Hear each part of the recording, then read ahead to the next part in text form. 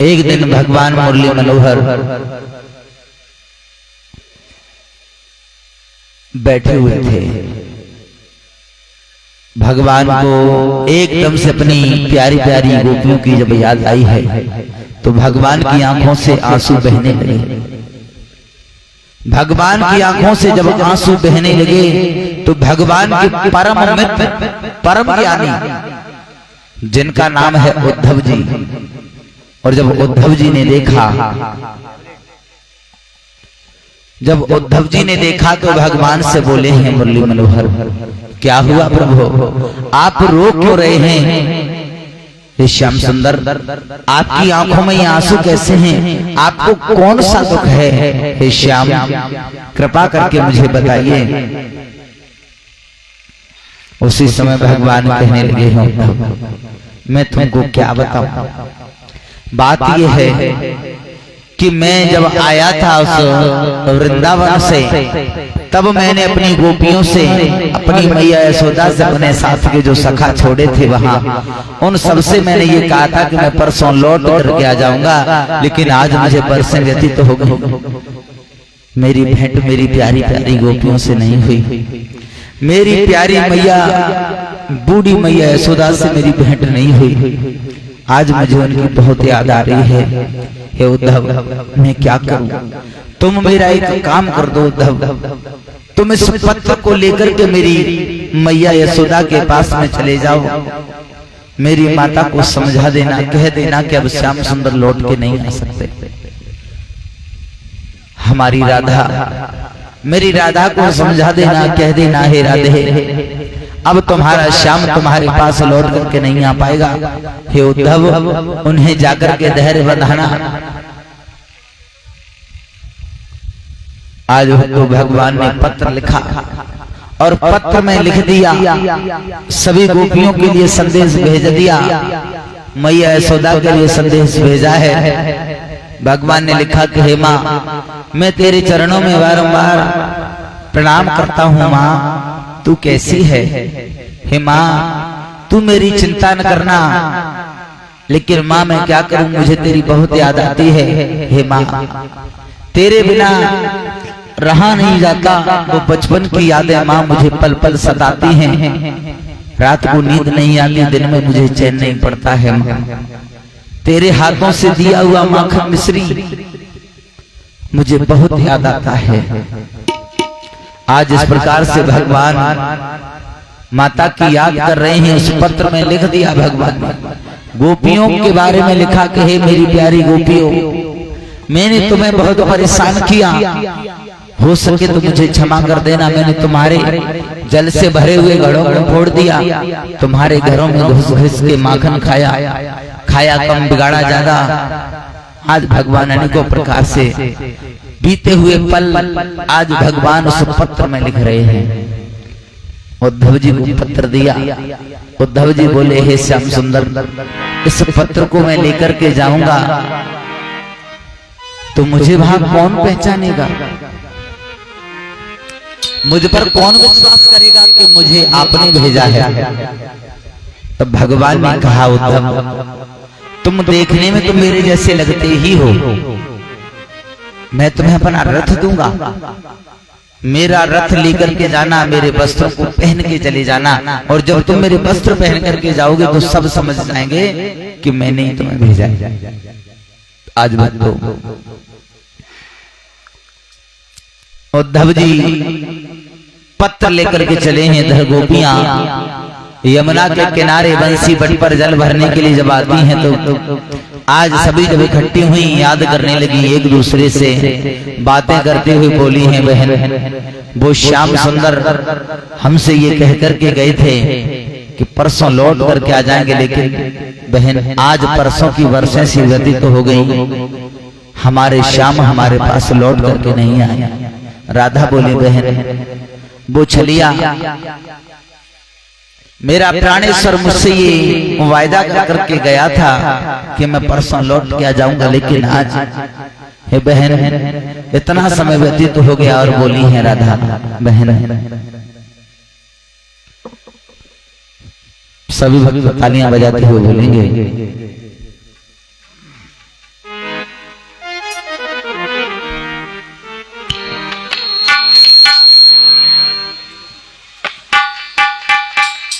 करके परसों का वायदा गए हैं,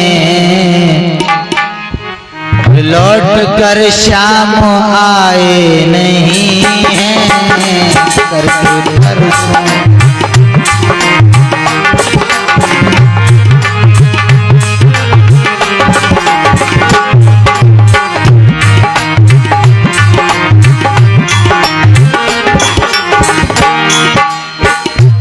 करके परसों का वायदा गए,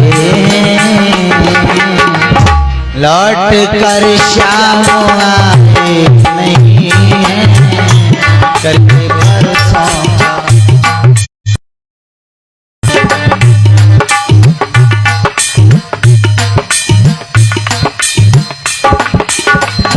आज बच्चों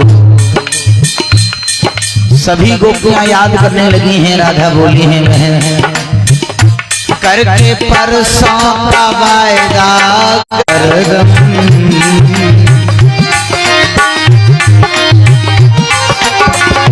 हे बहन देखती बाट में हरदम, उन्होंने खत भी पठाए नहीं है। करके परसों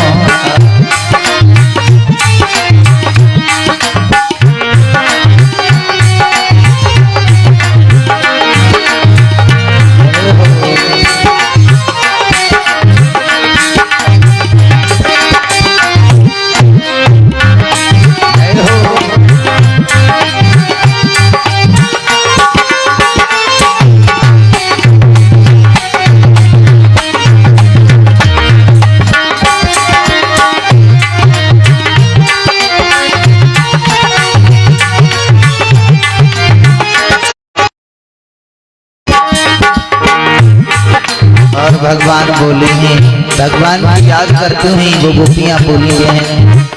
हमें ये लगता है कि जब से श्याम गए हैं तब से उस मथुरा नगरी में बड़ी सुंदर सुंदर सखियां भोला मोहन ने हमको दिया है।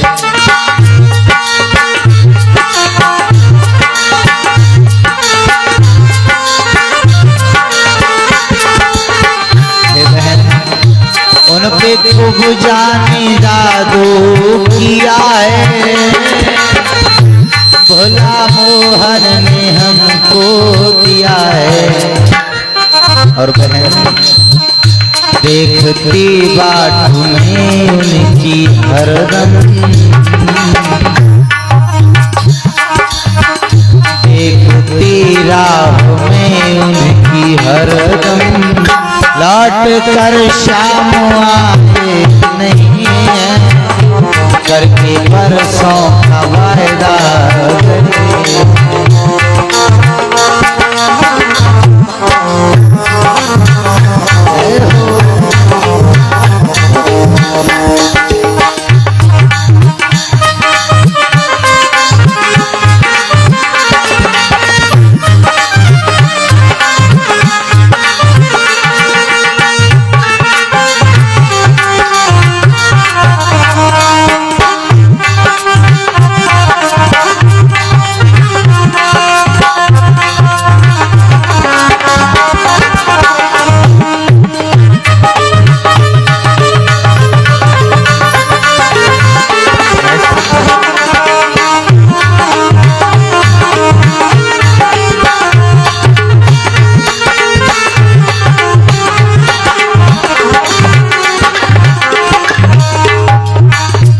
करके परसों का वायदा गए हैं, लौट कर शाम आए नहीं हैं।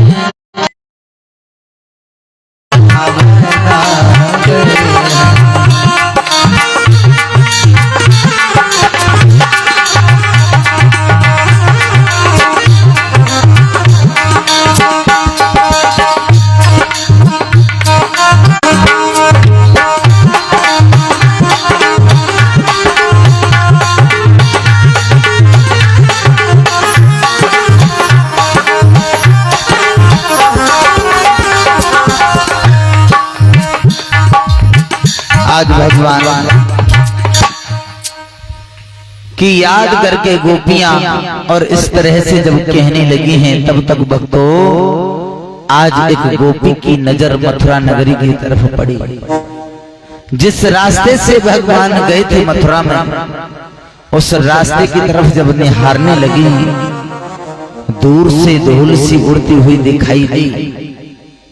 गोपियों ने सोचा, हमें ये लगता है कि आज इस मथुरा नगरी की तरफ से कोई आ रहा है। विचार किया हृदय में, हमें ये लगता है कि मेरा श्याम आज हमारे पास लौट के आ रहा है। सभी गोपियां भागी। भागी तो क्या देख रही हैं, एक रथ आता हुआ दिखाई दे रहा है। रथ थोड़ा नजदीक आया, भगवान का रथ है। गोपियों ने पहचान लिया कि ये तो वही रथ है जिसमें हमारे श्याम गए थे। अब तो हमें विश्वास हो गया कि हमारे श्याम हमारे पास लौट के आ रहे हैं। तो गोपियां बड़ी खुश दूर हट जाती हैं, बोली तुम कौन हो? ये रथ हमारे मुरली मनोहर का है और ये वस्त्र जो तुम पहने हो ये भी हमारे श्याम के हैं, लेकिन तुम कौन हो? तुम्हें किसने भेजा है? उसी समय उद्धव समझ गए कि ये गोपियां हैं। उतरे, बोले हे गोपियों, मैं भगवान का दूत हूं, श्याम सुंदर का दूत हूं, उनका सेवक हूं और उनकी ही आज्ञा से मैं उनका पत्र लेकर के आपके पास आया हूं। हे गोपियों, मुझे भगवान मुरली मनोहर ने भेजा और तुम्हारे लिए पत्र भिजवाया है। और जैसे ही पत्र का नाम सुना, राधा ने एकदम से उस पत्र को लिया। उस पत्र को पढ़ने के बाद राधा ने अपने हृदय से उस पत्र को लगा लिया और राधा रानी रोने लगी। राधा जब रोने लगी, आंखों से अश्रु धारा बहने लगी। उद्धव जी राधा को समझाने लगे हैं, हे राधा तुम रो ना, क्योंकि अब श्याम सुंदर यहां लौट करके नहीं आ पाएंगे। और राधे, अगर तुम इस प्रकार से रोगी और अगर मैं ये व्यथा भगवान को जाके सुनाऊं तो भगवान के हृदय पर क्या बीतेगी? इसलिए हे राधा तुम रो ना, चुप हो जाओ। राधा बोली है, उद्धव हम तो वैसे भी यहाँ पर ऐसे रहते हैं जैसे एक प्राण विहीन शरीर होता है। हे उद्धव, हमारे श्याम हमें छोड़ करके चले गए, लौट करके हमारे मुरली मनोहर ने हमारी खबर तक नहीं दी। ये तक नहीं सोचा कि उनकी जो गोपियां हैं, जो उनके बिना एक पल भी नहीं रह सकती थीं, उनके बिना कैसे जीवन को व्यतीत कर रही होंगी। और उद्धव तुम ये कह रहे हो कि रो ना, और वो भी आज प्रियतम का तुम पत्र लेकर के मेरे पास में आए हो, इसमें वो लिखा है जो मेरे साथ हुआ। हे उद्धव मैं क्या करूं? उद्धव ने समझाया, राधे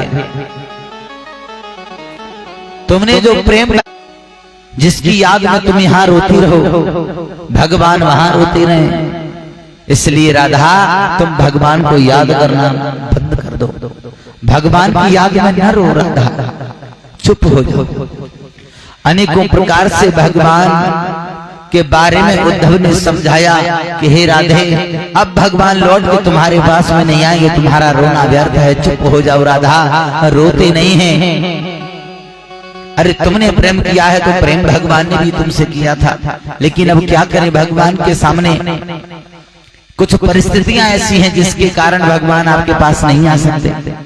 राधा बोली, उद्धव अरे तुम ये कह रहे हो कि हम चुप हो जाएं, लेकिन तुम क्या जानोगे प्रेम की पीड़ा। जिसने प्रेम किया है वो जानता है कि प्रेम में वास्तविक में प्रेम का दर्द कैसा होता है, प्रेम की पीड़ा कैसी होती है। हे उद्धव, जिस दिन से श्याम हमें छोड़ के गए हैं, हमें ऐसा प्रतीत होता है कि हमारे शरीर से हमारे प्राण निकल करके उस श्याम के साथ चले गए हों और ये शरीर हमारा यहीं पर रह गया। हम ऐसे हो गए हैं जैसे कि बरसात आने पर कमोदनी सूख जाती है, जब आम आते हैं तब तक तो कोयल रहती है, और जब आम का समय खत्म हो जाता है, आम जब फल नहीं आता आम का, जैसे कोयल छुप जाती है, वैसे ही आज हमारा सब कुछ छुप गया। वो श्याम हमें छोड़ के चला गया। हम उस श्याम को भूल जाए जो हमारे साथ में इतने वर्षों तक रहा, अनेकों प्रकार से उसने हमारे साथ किलोले की महाराज किया, हमारे वस्त्रों को भगवान ने चुराया। वो हमारा राधा रोना, अब हमारे श्याम हमारे पास में लौट के कभी नहीं आएंगे। जब श्याम जा रहे थे तब भी हमने तुमसे ये कहा था राधा कि श्याम को न जाने दो, ये लौट तुम्हारे पास नहीं आएगा। और उस छलिया ने, उस निर्मोही ने यही किया। आज भक्त उद्धव जी वहां से चले, मैया यशोदा के पास में पहुंचे, माता को सारा हाल बताया। तो मैया ने भगवान के बारे में सबसे पहले उद्धव जी से पूछा, उद्धव मेरा श्याम कैसा है? मेरे श्याम को सुबह सुबह उठते माखन मिश्री खाने की बहुत आदत पड़ी हुई थी। मेरे श्याम को माखन मिश्री मिलता है या नहीं मिलता खाने को?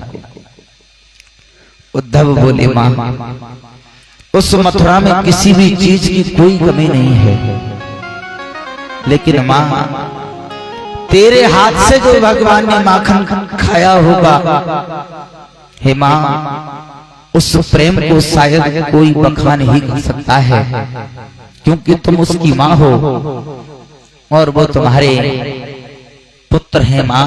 और माता और पुत्र के बीच में अनन्य प्रेम होता है, प्रेम की कोई, इसलिए मां मैं समझ सकता हूं कि तुम क्यों पूछ रही हो। तुम ये भी जानती हो कि वो मथुरा है और उस मथुरा में किसी भी चीज की कोई कमी नहीं है, लेकिन मां तेरे हाथ का दिया हुआ माखन उसकी बात ही कुछ अलग होगी।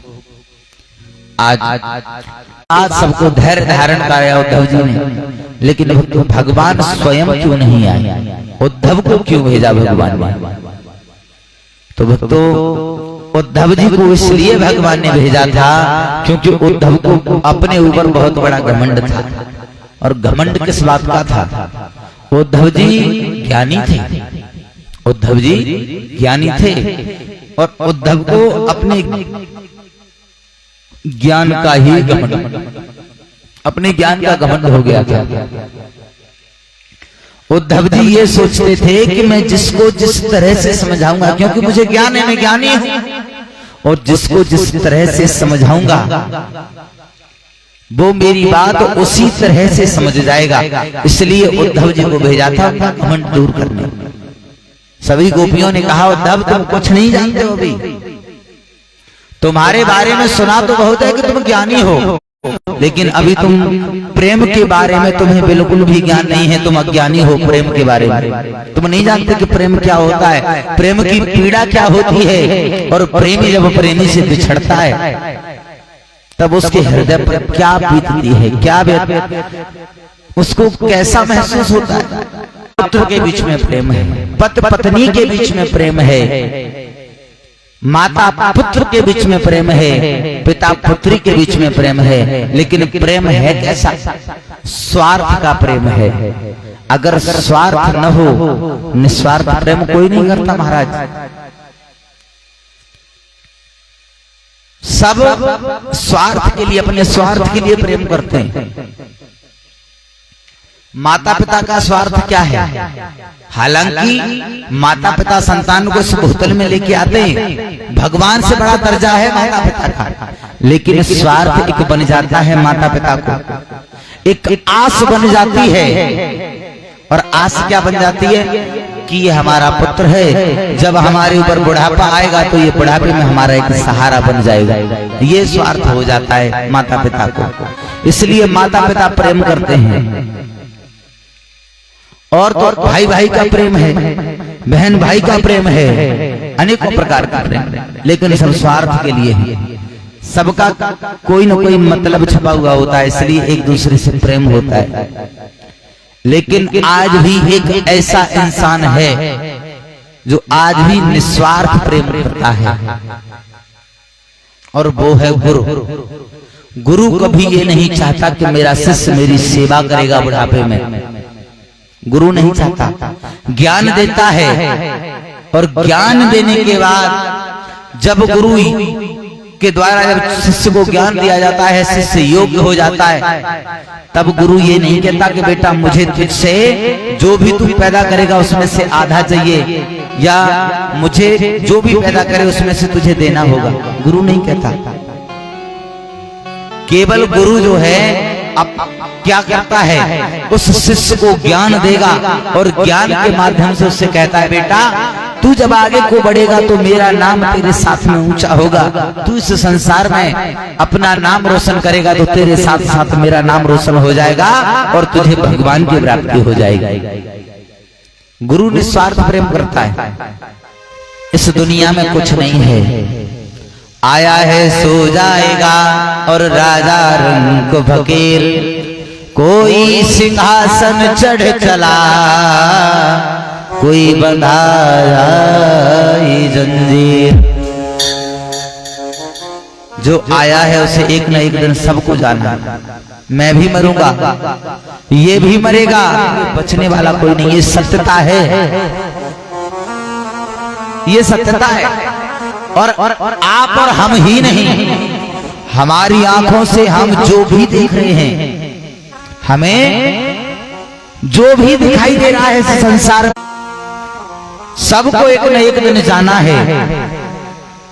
और मरता तो नहीं है जो हमें आंख से दिखाई नहीं देता, वो मरता नहीं। और आंख से हम किसे नहीं देख सकते? परमात्मा को, उस भगवान को हम नहीं देख सकते हैं अपनी आंख से, क्योंकि भगवान का कोई रूप नहीं है। भगवान में निराकार है ब्रह्म, और दूसरा है आत्मा। आत्मा का भी कोई आकार नहीं है, सूक्ष्म रूप भगवान का एक छोटा सा अंश है।